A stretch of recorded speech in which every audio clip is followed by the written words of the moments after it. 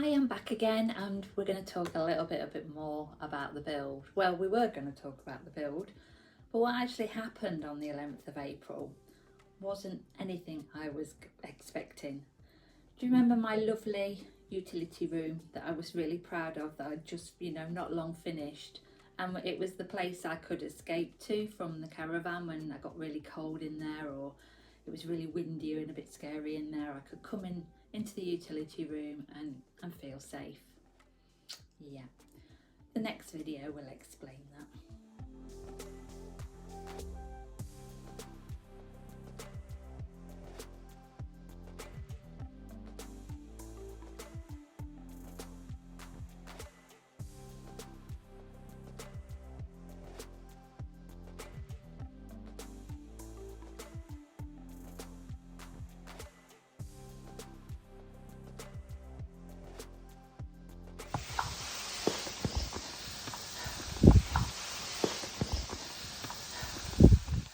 Sorry about the heavy breathing there, but I think that was me trying to rein it in and not just burst into floods of tears. That night, for some reason, I was in the caravan. It was 8:30, it was dark, it was raining and sleet, and I had this weird feeling I needed to come into the utility room.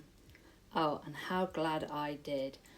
I have to give thanks now to my neighbours Lisa and Terry, because at 9 o'clock at night I was ringing them. They'd actually already gone to bed because it was the middle of the, cold, dark, snowy, and they got up, they came round and they helped me, and it was thanks to Terry, because as you can see, that's the main feed into the utility room. That was my only feed of water into the property, and that had blown off, so the only way to turn the water off was to turn it off on your hands and knees in the dark on the side of the road.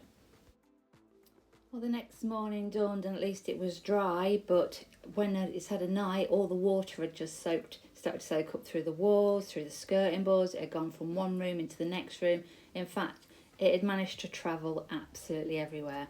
But thankfully, I'm insured with the NFU, and they were utterly amazing. And literally within hours, we got dryers in.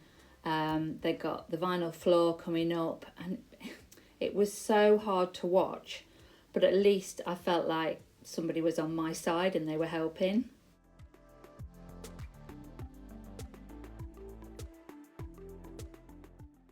You can see here where the force of the water has actually blown the plaster off the wall and gone through the plasterboard. And the amount of towels, thankfully I got them near to hand, which was really good. It turned out to be an error by the plumber. He'd forgot to put the lozenge in, so when he'd tightened it up, the pressure eventually had just blown the tap off the top.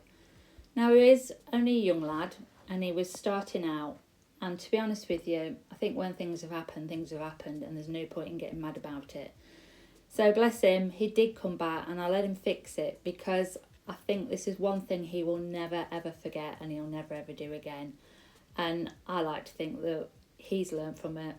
I've definitely learned from it. But there's no point being mad with people. So there we go.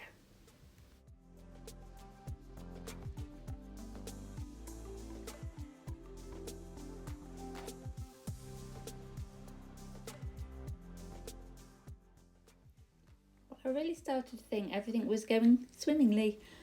And just when you're having a good day, there's always a bit of a reality check to bring you down to earth. Yes, the dehumidifier supplied by the insurance company decided to malfunction and empty all over the floor. More wet towels, but at least they got a replacement out to be super quick. I remember taking this photograph early one morning because it was so pretty, but it was just that hope that brighter days were to come. And then we started to see the sort of floor got all laid again. They got all the vinyl up, laid the screed down, and I know I was a bit sort of, oh, have we got to do all this again? At least everything was starting to dry out and we could actually start to put it back together again.